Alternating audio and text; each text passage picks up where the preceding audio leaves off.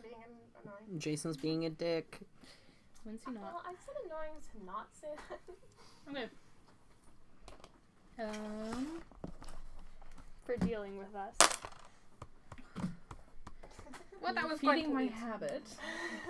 I don't need any more of these. I ate like half the bowl. Okay. Welcome back, guys. We're really quiet this intro. Welcome back. Ah! We're back from our... You broke it. We all had to scream. One of us screams, we all scream. We're back from our break. So let's play some more D&D. I don't wanna. Oh, Are you sure okay. you don't wanna I guess we'll do play this? Magic. No! I don't wanna. Good. Can we play Monopoly? What type? I've got like 17. We can play Monopoly, but we have to use the characters. As our We're not token. sponsored by Monopoly. No, we aren't. We really aren't. You should But I do sponsor. find it hilarious, like, one of our characters buying up, like, U.S. areas or Canadian areas. Okay. You guys have made pretty good time.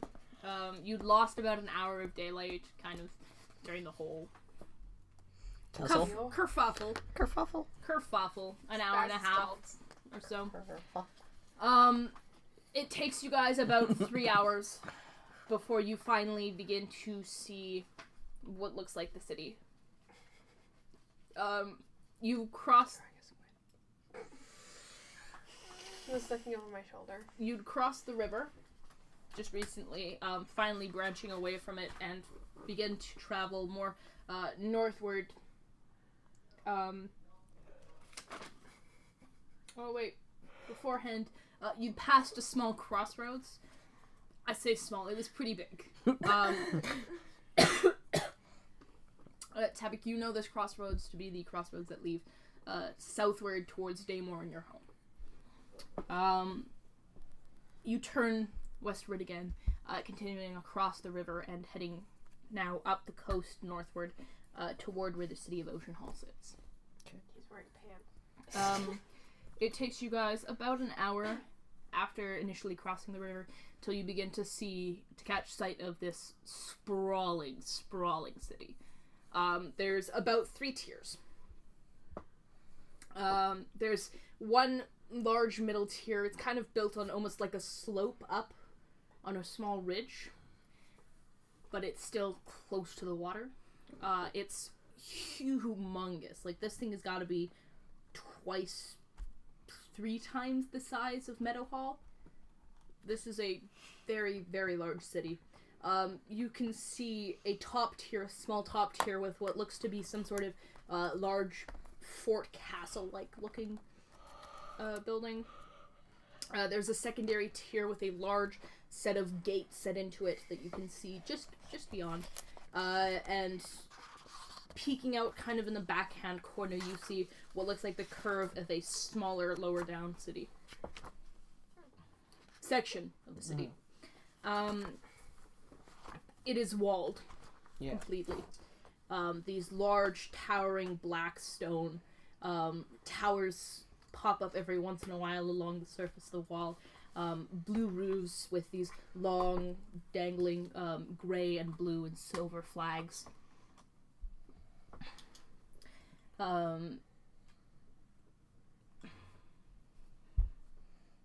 Each of the flags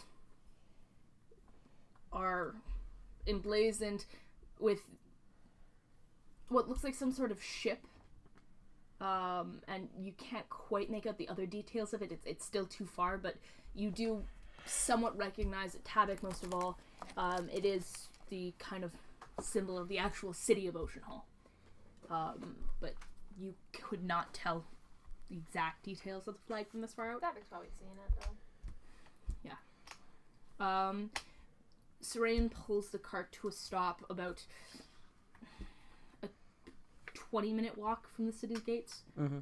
It's quite a bit of distance, but you guys are still within sight of the gates, most likely. Okay.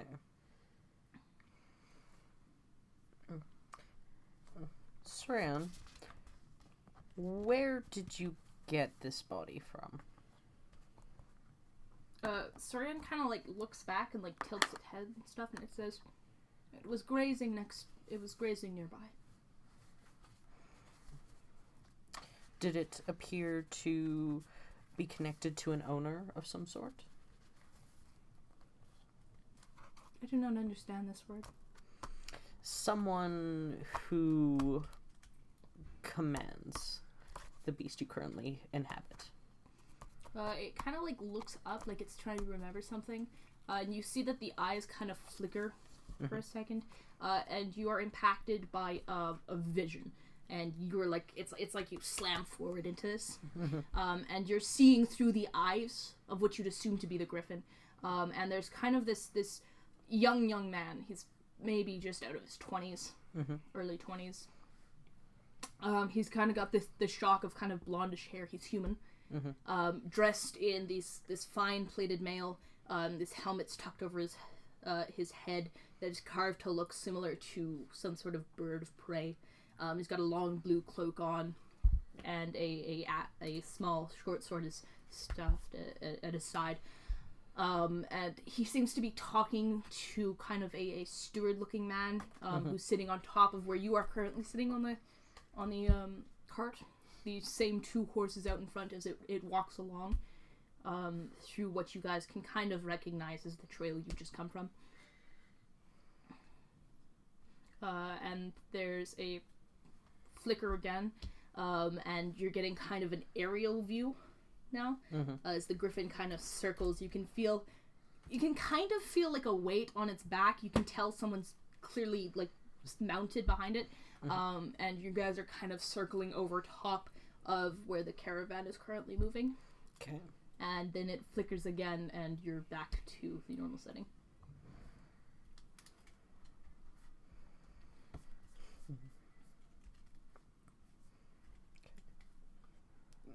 Is Ocean Hall part of... Like, are we at the point where people aren't fond of magic yet? Or... You'd kind of reach that point. Meadowhall is a little bit better because it's closer to the Elvish territories, but it's still kind of mixed reactions. But I'm guessing... You're definitely a little bit deeper now into Somerset, so it's... But I'm guessing, yeah, bringing a griffin into the city, probably not a good idea. You don't know. I climb off the driver's seat and go around to the back and say to them, I think it may be best that we walk from here. Okay. I throw Charlotte over my shoulder and get out, I guess. Okay. Yeah, you guys begin to pile out of the cart, grabbing your stuff. You hear in the distance what sounds like a trumpet. And it goes for 3 long blasts. And then you feel the cart kind of like bustle forward and then backwards again, as Saron kind of like unsteadily kind of stamps out in front and stuff, and it says, "Men approach." And you hurry around the side to see what's going on, because you don't know what is going on, but you can hear now squawks and screeches in the distance. And as you round the sides of the cart, you get your first look at quite a sight. Currently making their way towards you from the city of Ocean Hall is a group of about 7 griffins. Oh, shit. And it's kind of V formation. They're decked out kind of, you can see in the light now, they've kind of got this kind of glint of armor that have been strapped to their bodies. You can see figures huddled on top of their backs. All of them decked out in similar armor. The lead griffin is quite a bit larger than the other ones, kind of a darker coloring to its feathers. And the man riding it is not currently wearing armor, but you can't make out his features because they are quite a distance away. But the man immediately to his right is currently holding what looks to be some sort of trumpet or horn. And just as you guys realize this, he lifts it again to his mouth and he goes, another doo-doo. And are they heading towards They're us? heading towards you guys. We're gonna get arrested again. Do we get out of their way, or are we just gonna stand here like, hi? They're flying. They're flying. Oh, okay. Okay.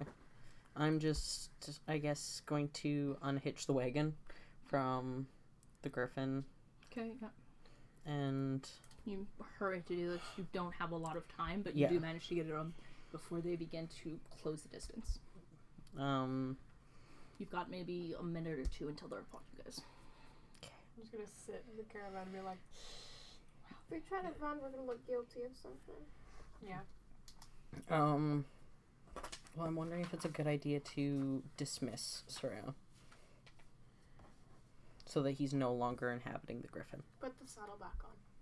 Yeah, okay, I'll rush to do that. Put the saddle And back then on. let the spell go. It's kind of hasty, Mhm. but you manage to get it on before they begin, and they swoop in, and you can now hear, and it's quite a loud sound, with 7 fully grown griffins Yeah. flying over top and screeching all the while.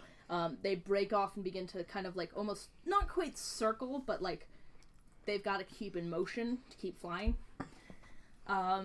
3 of them break off, the one with the trumpet, the one without armor, and a secondary guard of some sort. And they alight just below, coming to a small stop, and they kind of give these barking squawks at each other. The lead griffin is bumped into by one of the smaller griffins on the left-hand side, and it kind of like bites over at it before the man begins to tug the rein to get it back to an order. Yeah.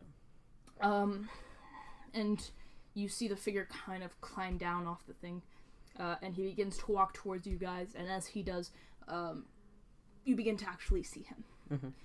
He's human, older probably, a kind of short curls almost, these white curls and this quite nice beard, kept nicely trimmed and stuff. He's wearing more of a more formal tunic and such. He's got a similar cloak with the golden ram's horns and the long blue colored. And he's got a sword hung at his side and stuff, and as he approaches, he opens his arms wide, and he's got this long leather glove on the one hand that kind of reaches up about to the elbow and stuff, and he reaches out and he goes, "My son returns!"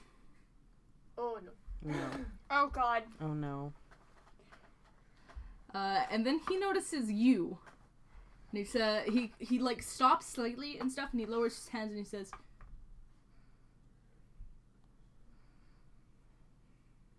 "Where is Cyrus? Who are you, drow?" I'm guessing Cyrus was the owner of the griffin.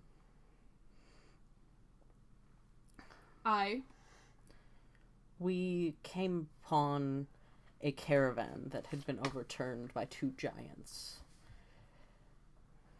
On our way here, the griffin with no rider to be found. It destroyed our caravans, so we fixed this one up. Yeah, he kind of like, as you guys begin to speak, he kind of like, he stops. He's been moving towards you still, but he kind of stops and he stares down at the ground for a second. And he lifts his hands up to his mouth and he starts to fiddle with the nail of his thumb. And he brings it away and he says, "I see. Thank you for returning them. It is greatly appreciated." What cloak? Oh, the one out of my bag. I pulled the cloak out of my bag. I did find this in the giant's lair, but I couldn't find anything else. I am deeply sorry. Yeah, he steps forward and stuff, and he takes the cloak very gingerly from you and stuff, and he looks it over and he sees the tears and stuff and the rips and stuff, and he says, he begins to fold it up and stuff, and he says, "I assume he went with bravery. And Astraeus? Not hurt?" Astraeus? He kind of nods, like he remembers you wouldn't know, and he kind of gestures toward the griffin. Not as far as I know. And I'm guessing Srayon is still inhabiting the body. I dismiss Srayon. Okay, there is a whisper in the back of your mind that's like, It's less of a an actual word than it is kind of like an emotion and stuff, and it's kind of like a nod almost, like he's like, okay, Mhm. yeah, I'm gonna leave. I'll just out of here, but it's much more formal than that. Yeah. Like he's definitely not. He says yeet. Farewell. Yeah, I'm out. See ya. Did he turn to gaunt? And there's like a slight puff, almost like it's very, very difficult. Like you're probably the only one that catches sight of it. Mhm. But a slight puff of this kind of smoky white mist rises up from the body of the griffin and just kind of evaporates. Yeah. And the griffin shakes its head, and the blue clears away, and it's replaced by two golden kind of bird-like eyes and stuff. And it kind of tilts its head, and it sees the man in front of you, and it begins to kind of like not trot, but like walk its way over. Mhm. The man greets it and stuff, kind of like brushes a hand up over its beak. Mhm. And then he throws the folded up cloak over its back and pats it, and it takes off towards where the other two are standing. I would like to get out of the caravan now. Yeah, you climb from the caravan. So it says, They're not judging the fact that I'm standing, like, we're all kind of standing near Shin, right? I'm just holding a child over my shoulder, like... Did you bring Charlotte out? Yeah, Charlotte's just over my shoulder as I'm standing there looking at them like, hey. I assumed it was just Shin and Tabak that were standing out there. I thought you and Baz were No. with Charlotte and Kurt. Okay, yeah. He kind of like looks over and stuff, and he says, I am Sir Margot of the House of the Lady of Ocean Hall. I see you have a friend who is hurt, perhaps? All that we know is she was off on travel, and when she came back, she saved us from the giants that were attacking us, and then fell asleep. I did do a medicine check. Like, she's okay. She's just asleep. She's just kind of unconscious. You're not sure. There's no reason for her to be unconscious as far as you can tell, but she's not waking up. So I'll say she's not injured. She's just not waking up. Also says, perhaps we can have someone take a look at her. Come, you've done a great service today, returning my son's cloak and Griffin. And though it pains me that this is how the news must come, I am glad that I have gotten the news at all. The lady will be happy to host you for tonight. And he turns to one of the guards that has come down with him and stuff, and he gestures them over, and he talks to them something. And then he turns back to you guys and he says, my companion will gladly lead the way into the city if you'd like to follow us. We can send someone out with a horse to bring your caravan along later. Thank you. It is much appreciated. And he says, would you like me to take the child? We have her. We got her. He nods again, and he turns and he mounts up onto his beast. And with a flick of the reins, him and the three griffins take off, including Astraeus. The man left with you guys kind of,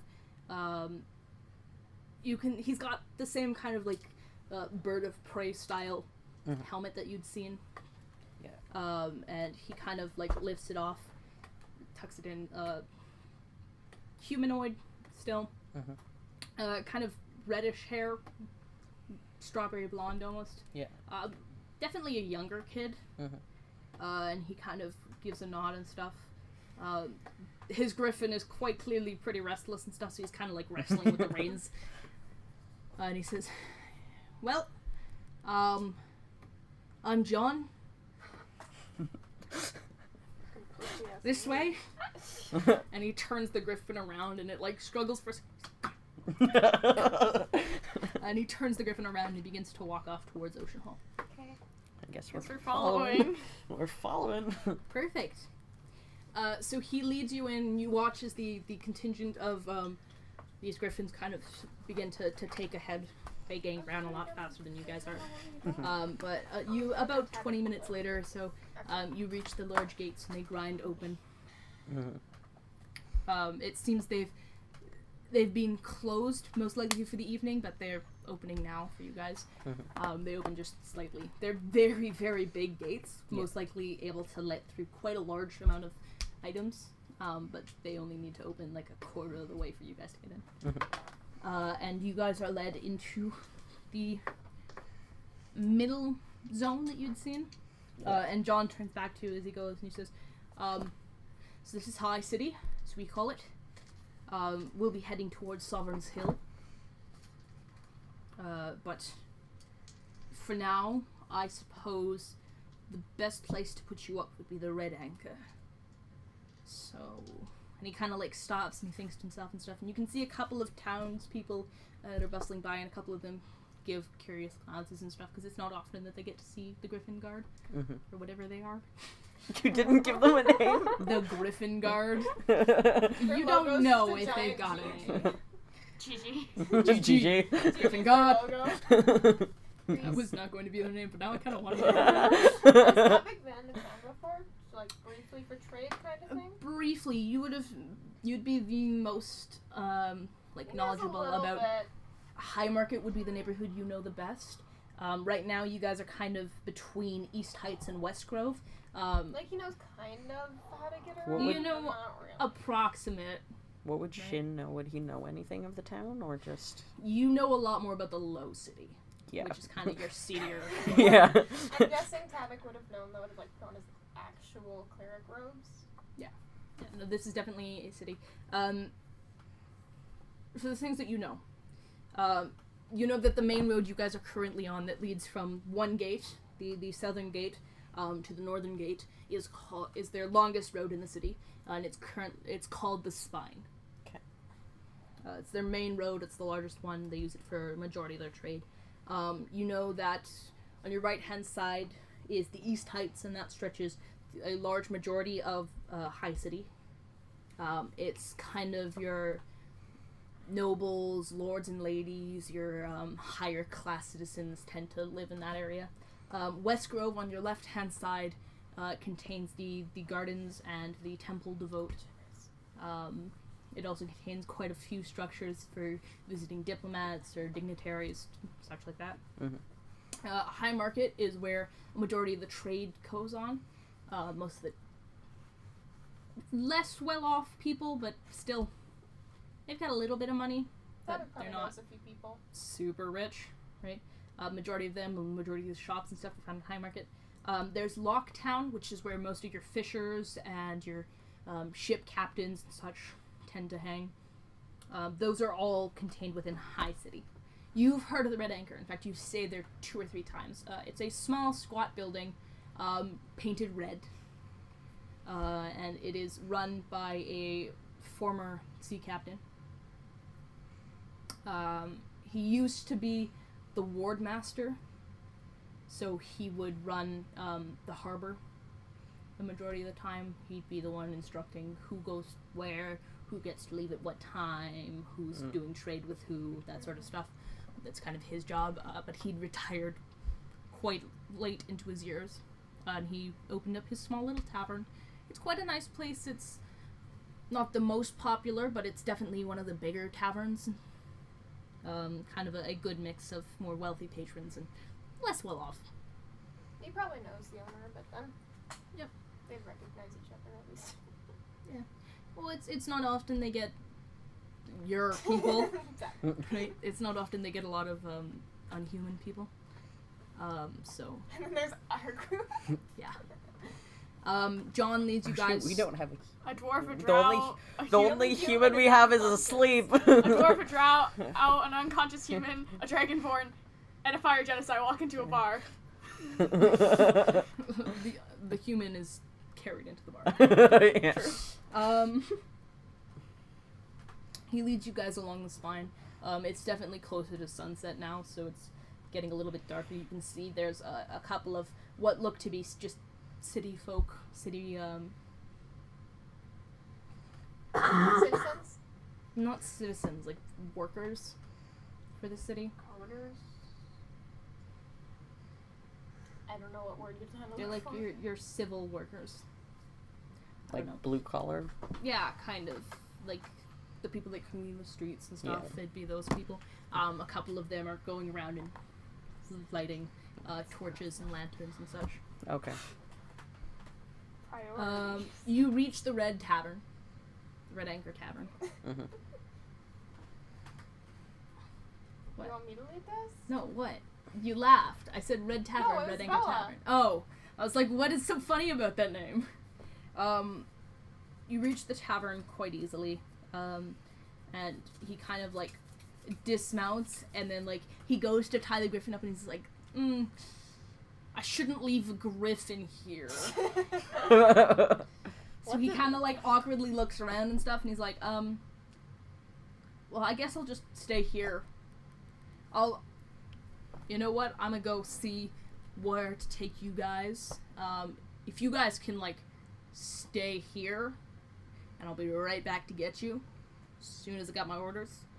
I've been here before. Awesome. Well, enjoy your stay. I'll be right back. And then he like climbs on and he's like still uncertain, like, do I leave them here to go see or do I stay with them? Like I'll make sure he's they got don't no go fucking anywhere. clue what he's doing. He's quite clearly a new recruit. Yeah. And then finally he decides, fuck it. And he takes off. The bird gives a screech as it goes. It's a little unhappy with the confines. Yeah. But it does take off and you see it swoop kind of westwards towards where the water is. So, the Red Anchor Tavern. You enter into this small building. It's 2 stories, kind of more of a one-story building with almost an attic-shaped upstairs. Mm-hmm. Enough room that you'd be able to fit a couple of rooms, but Not much else. not much else. The actual building inside is quite low-ceilinged, Mhm. a little bit dingy. There's a couple of steps that lead down kind of into the main area. There's a long bar at the back inside, a couple of tables that have been fashioned out of just whatever's been laying around, kind of barrels and boxes and stuff that are just stuffed around so you can take a seat on them. There's a couple of nicer tables up in kind of like a raised area in the back left-hand corner that are currently not really occupied, but there's quite a couple of raucous people just drinking it up in the nighttime, like you do. Fun. There's like a door to the right-hand side that you know to contain the stairs that lead upstairs to the actual rooms, which aren't the best. The drink is better than the rooms here. So, Low ceilings, not great for tall people. you know, you have to, like, because you're a little bit uncomfortable, like, you have to duck just a little bit. Like, it's not too small, but it's definitely to the point where you gotta watch the chandeliers. Mm-hmm. Baz, you're totally at home in the tavern. It's very small. Okay. Just so you're aware. Just like my old house. Just so you know, it's a squat kind of one-story building with like an attic-like top. Yeah. Just enough space that you'd be able to fit a couple of rooms in. The actual inside of the pub is kind of sunken down into the floor a little bit. Shorter ceilings. Tables are just kind of whatever you could throw together. A couple of like wooden tables that have been like handmade, barrels and boxes, and a couple of rickety old chairs have been put into it. There's a nicer section on the left-hand corner, but not much so it's nicer. like a mom and pop kind of. Yeah, it's definitely more of a kind of just friendly stop by, but it's not like one of the places you take people for a dinner. Okay. There's a bar at the back hand side and a door on the right hand side that Tavik informs you leads to stairs that lead to bedrooms. Okay. Did we get rooms? We just got in here. Jeez, went to pee. He doesn't know what happened. He was still describing. Oh There's No, we don't know Quite what a- the tavern looks like, but we're just like wandering around. There's quite a couple of people in here. They're kind of just drinking and making merry. It's not quite. How's Mary coming along? Can we kill the dwarf yet? There's a sign above the bar that says no dwarves. No. Bass has to sleep out on the street. A couple of people like glance at you guys when you come in because you're definitely not the sort of people they get around here, but for the most part they seem to not care. Yeah, there's like one really, really old man that you recognize, and he's like, and then he goes back to drinking his like humongous pint of beer. He is drunk off his ass. Yeah, but it's quite a quaint little area. They've got like a fiddler in the corner that's kind of playing a squeakier fiddle. It's not yeah, no, it's not quite your taste, but it fits the surroundings. Okay. Right. It's a little bit more rundown place.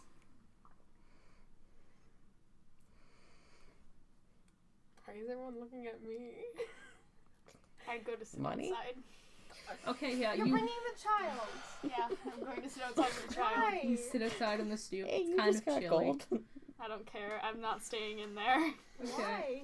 Too short? It's too short. I'm claustrophobic. My character's like, no. I'm gonna get punched. What did you do? I said I was looking at Bass because of money. It's not like halfling height. Like it's maybe a little bit lower than this room, right? It's probably So. like a 7-foot ceiling. Yeah, like So it's 8 like- feet. So it's like it's pretty close, but there's still enough space that you can walk around. I'm not about that life. Is- There's too many people. I'm going Is outside. there like a barkeep or something? There is a small human man behind.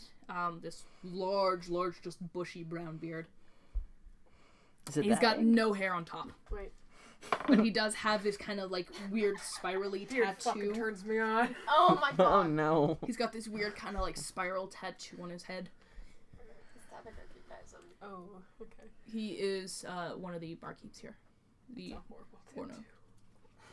tattoo. He's not the owner, but he is good friends with the owner. Oh, walk over. Hey, do you Making know the sure Bass doesn't do anything stupid. do you know the price for rooms? The man kind of like glances over from where he's fixing a drink and stuff. And he like looks over top and stuff, and then he looks down. He's like, "Oh, it's a dwarf." Oh. Oh, a dwarf. What? A dwarf? Hello. No, but he looks over and he says, how many beds? How many rooms? Charlotte doesn't sleep. Oh, it's actually really weird that she doesn't sleep. 2 beds. 1 room? 2 rooms? 4 beds, 2 rooms. 4 beds, 2 rooms. Okay. Kind of like scratches at the beard. And like his entire hand And it gets sucked. disappears into this beard, and like you see it like moving slightly, but like you're pretty sure he's not scratching his actual face; he's just scratching the beard. It's real weird. Nobody does that and stuff. He kind of like finally it reappears like up at the top, and he's like scratching the side of his ear and stuff. He's like, we could probably fit a cot into one of the 3 bedrooms, and we've got a second one with 2 beds in it. Cost 6 silver pieces a night. Yeah, we'll stay here a night. Davik? A night? Yeah.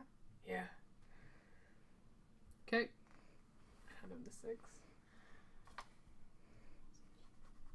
Okay, yeah, and he says, yeah. And he, like, minus 6. What did you do? What's 22 minus 6? 16. This is great. Our biggest trouble in D&D is none of us can do math. No, he raises a bar, he raises a bar. He raises the entire bar, and then he walks underneath and he puts it back and he's like, I'll show you to your rooms. No, he raises a hand and kind of waves at one of these servers who hurries over. Kind of this scrawny looking younger kid, maybe like 12, 13. And he says, Timmins, show him to the rooms.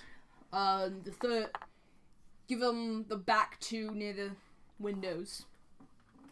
And Timon kind of nods. He's like your classic 1950s kind of like baseball like little caps. They got newsboys, one of those types.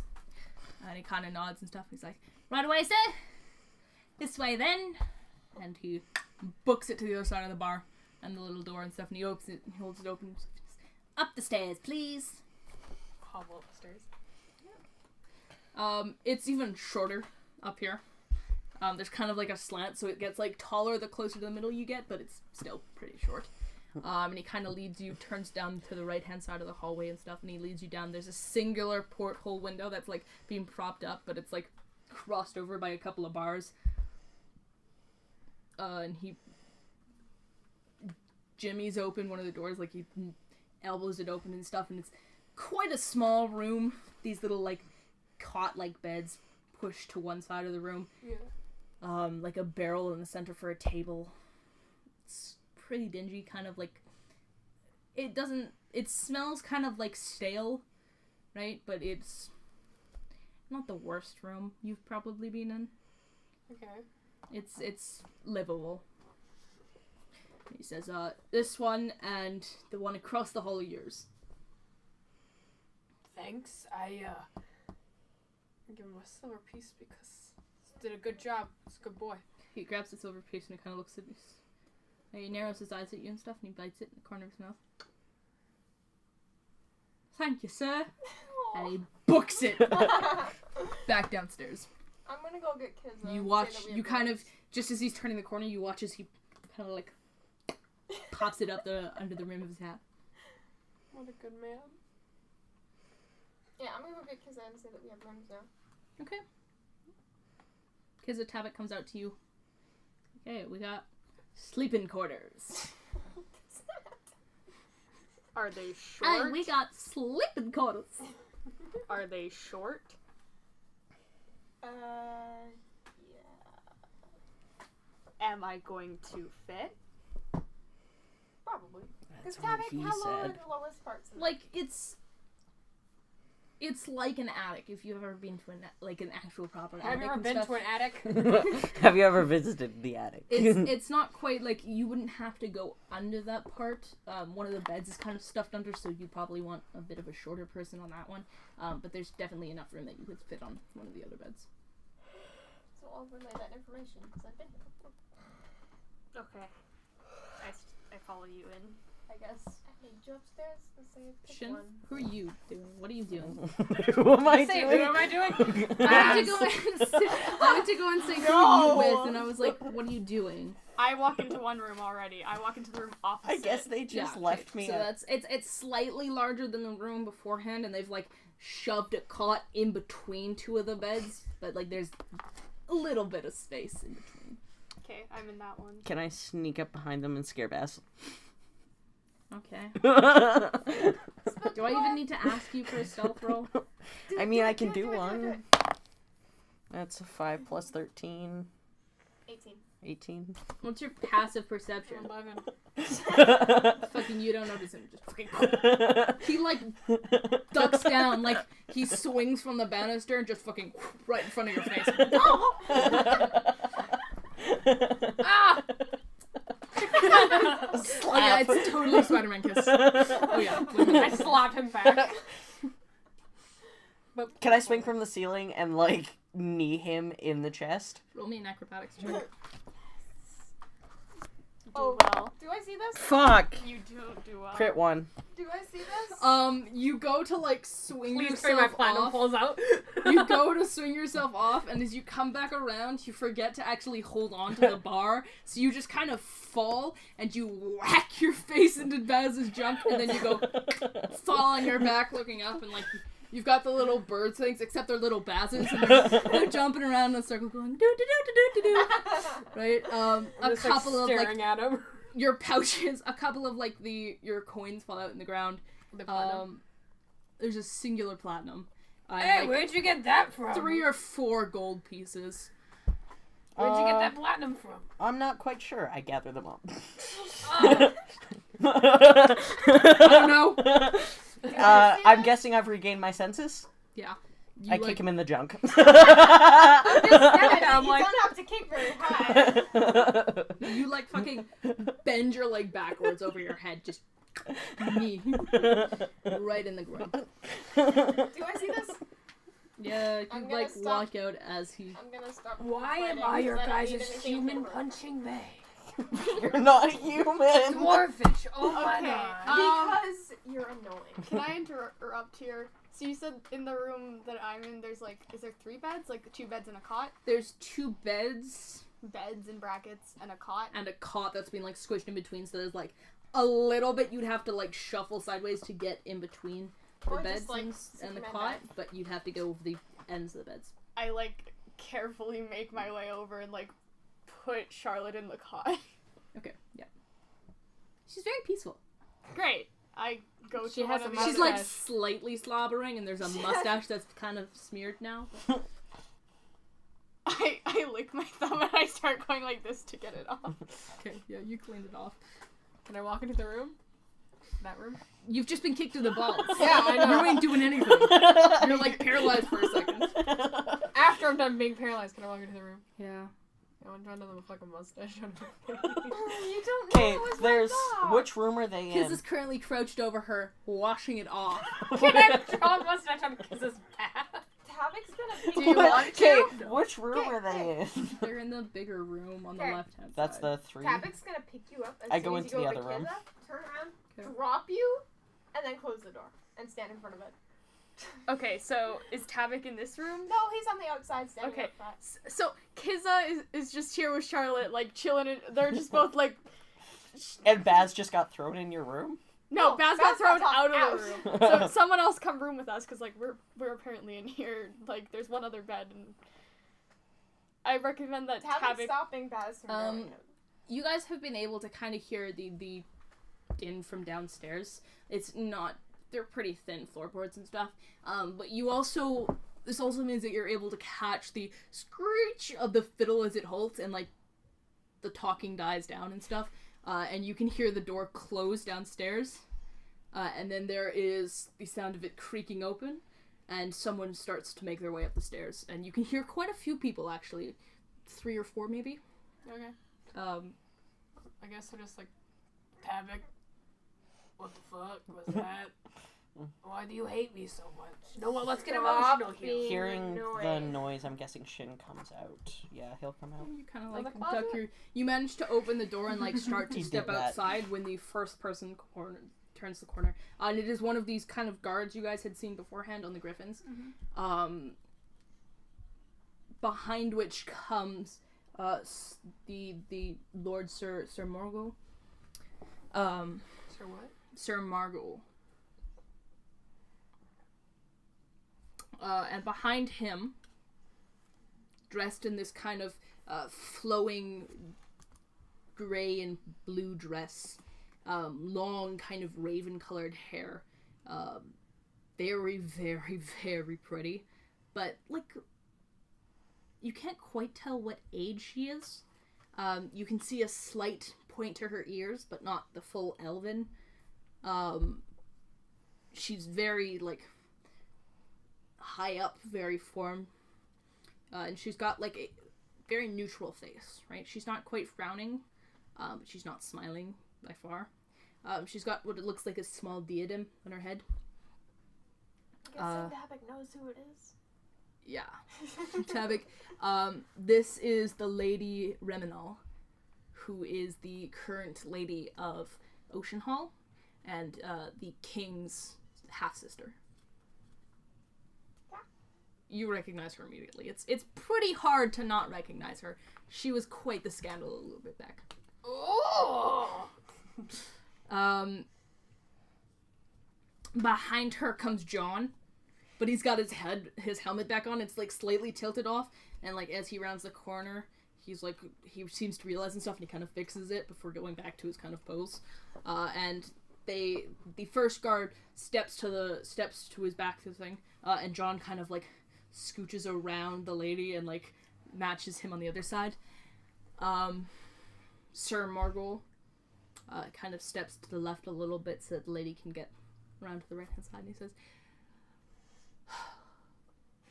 presenting her worship, Lady Alorena Rimenal, Lady of Ocean Hall, Mistress of the Waves, and current leader of the Grand City. And it's half-elf. She is half-elf. She steps forward and stuff, and she says, "So, I hear you found one of my knights dead." Yes, sadly. Well, the cart that he was protecting contained something very important. A couple of items that were very important. One of these was a large box with my sigil inscribed into it. The other of which was a cloth meant as a betrothal gift to my brother's daughter. Did we grab a cloth? I'd like to know if you've got it in your possession. We searched the caravan and it was not to be found. I gotta go. Wait, did we grab the I cloth? have it.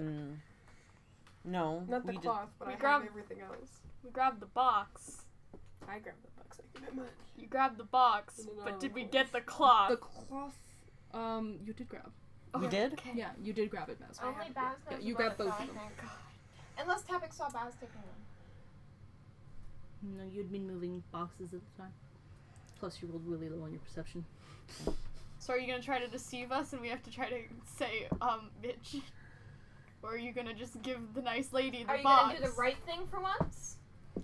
Aren't you good? Wait, we can leave it for 2 months if we want. No! No. No, we can't wait it out, so. Are you gonna do the right thing, Baz? Or are you gonna be an idiot? Kiza walks out,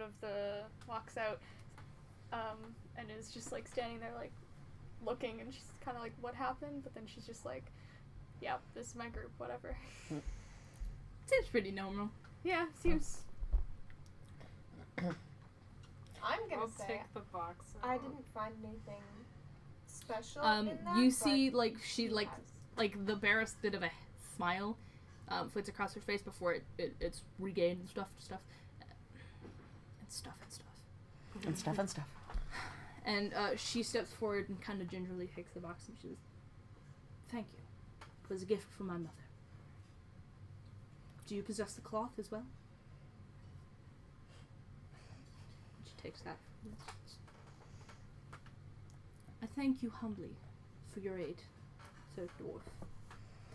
"Now, I believe..." Wait. I'm Baz Ben-Hem Venquin, owner of the Venquin Mining Service. Here's a business card if you have any And- work for me. She, like, raises an eyebrow. Mhm. And the knight, Sir Morgul, steps forward and he takes the card. And then he steps backwards, and the lady continues.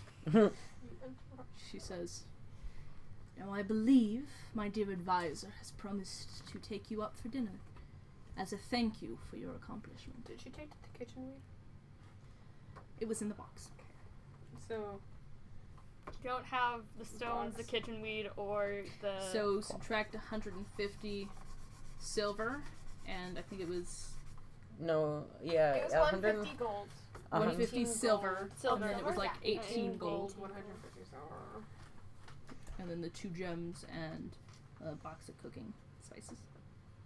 Like a pouch of cooking spices.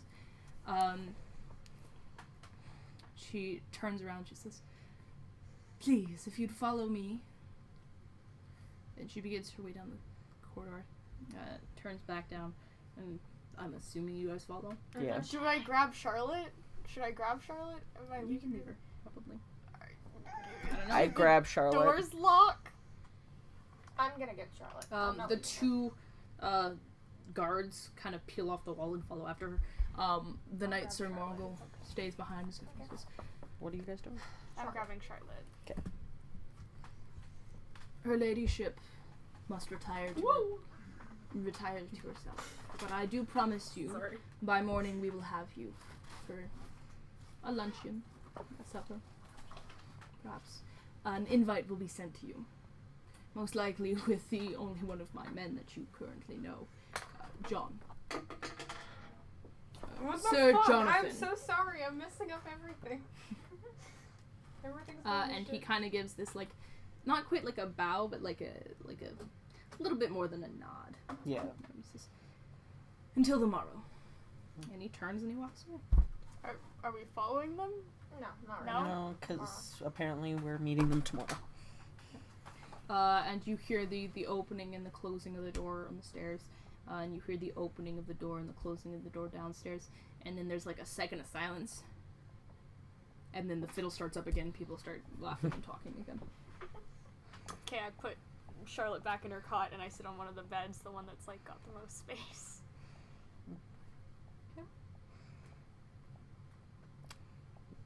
There's one other bed in here, guys. I'm going back to the room with 2 beds that I was in before. Awesome, okay. Yeah, Yeah, we'll the say same you one. guys figure Yeah, I'll out stick with. I'll go sleeping with Shin. arrangements and such, kind of pack away for the night, and you fall asleep. And just before you fall asleep, you notice there's kind of like, they're not quite windows, they're more the grates almost that are being cut into the wall to allow for a little bit of light. And you can see the sunset, and then you start to catch kind of like a reddish flickering out the window. And you get up and you kind of go to this window just to check, because this isn't like, it's not Which like room is it in? actual light. It's in these two's room. I'm assuming Baz and Shin, you Mhm. both go. You kind of are pressed side by side to get a glance out, and you see kind of just down the way, heading more westward towards the harbor and such. You see this large building that rises above kind of the rest of High Market. It's got this long, tall bell tower on top of it, kind of gray-colored, slanted blue roof, and it is currently on fire. This huge fire rising up from it. And that's where we'll leave off for today. For 2 months. For 2 months. You'll wait 2 months to become firefighters. Or just standers. Stand by. I don't know. Well, Maybe you let the fire now. Maybe you just let it burn. It's like, fires happen. Wouldn't. It's not that heartless like that. Anyhow. Wait, do some of us have good alignments? I don't know what that is, actually. I erased it. So he doesn't have an alignment. Probably chaotic neutral I'm chaotic neutral. because of his attitude. What would you say? True neutral almost? Chaotic neutral? I'd say true neutral because he's not as willing to kill someone as a chaotic. He's not like, you're not like Robin Hoodie, but like you're not bad, I guess. I don't know. For all we anyhow, know, he could be chaotic evil. lawful evil. He's a mastermind. Crabman would never be chaotic. No. Yeah, so that'll end today's stream, and the last one of Hideum officially till September once again rolls around. Yeah. Single tier. So sad, so sad. No. For those of you who tuned in, thanks for watching. Those of you who are watching on YouTube or whatever it is you watch on these days, you youngins. You're a youngin. Yeah. I'm the youngest here. No. What's your birthday? You're older than her. Bella's the youngest. Whatever you youngins watch, Sean, these days. I don't watch. Onwards. I read. Oh, you Yeah. too. Yeah, so until next time, good fortune and high rolls, Yeah. and we'll see you when we catch back up with HDM. Yeah. Yeah. Hey guys! Back eventually. Adios. Not gonna press it. Push the button, Jason. Jason. This is the only Push the time I'm going button. to tell you to push a button. Push the button!